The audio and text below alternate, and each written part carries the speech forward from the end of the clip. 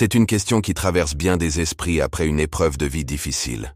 On se demande souvent si l'on pourra un jour aller mieux, si ce mieux est seulement accessible. Cette interrogation est au cœur du roman « Je vais mieux » de David Fuenquinos. Une œuvre qui plonge dans les méandres de la douleur physique et psychologique pour explorer les profondeurs de l'âme humaine. Dans cette vidéo, nous allons décrypter ensemble ce récit bouleversant en nous penchant sur le parcours de ce personnage en quête de guérison. Le roman commence par un symptôme que beaucoup ont déjà expérimenté, un mal de dos. Pourtant, dans le livre de Fuenquinos, cette douleur prend une toute autre dimension. Elle devient le miroir des malaises émotionnels du personnage principal. Comme le disait déjà René Descartes dans sa théorie du dualisme, le corps et l'esprit sont deux entités séparées, mais étroitement liées. Ici, la douleur physique est un écho des tensions psychologiques, des frustrations et des non-dits qui, pendant trop longtemps, ont alourdi l'âme du protagoniste. À travers le roman, nous suivons ce personnage, un homme anonyme, qui consulte médecin après médecin, dans l'espoir de soulager cette souffrance. Il découvre vite que ces maux ne sont pas seulement corporels, mais qu'ils révèlent une crise existentielle plus profonde.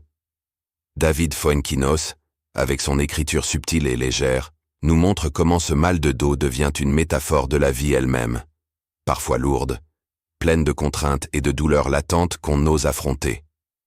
Après avoir traversé cette période de douleur, le personnage s'engage dans une quête de sens et de compréhension.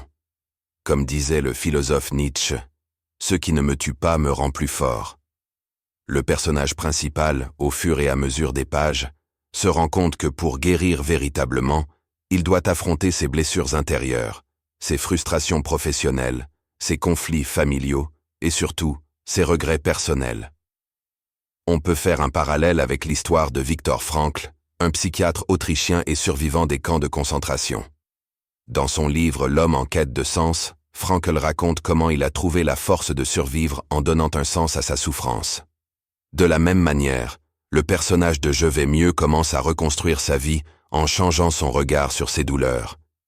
Fuenquinos illustre ici avec finesse comment, parfois, la clé pour aller mieux réside non pas dans la disparition des douleurs, mais dans leur acceptation et la compréhension des causes profondes. Progressivement, notre protagoniste se libère des chaînes invisibles qui le maintenaient dans cet état de souffrance. Il comprend que la vie ne peut être parfaite, mais qu'elle mérite d'être vécue, même avec ses imperfections. David Fuenquinos met en lumière ce moment crucial où l'individu, après avoir traversé l'épreuve, se relève plus fort, plus conscient de ses forces et de ses faiblesses.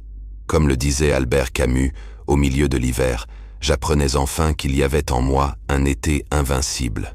Ce sentiment de renaissance, de force retrouvée après avoir touché le fond, est un thème central de Je vais mieux. Le personnage, qui au début semblait noyé par ses maux, réapprend à respirer, à vivre et surtout à s'autoriser à être heureux.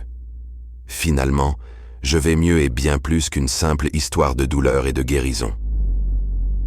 C'est une réflexion profonde sur la manière dont nous faisons face aux épreuves de la vie.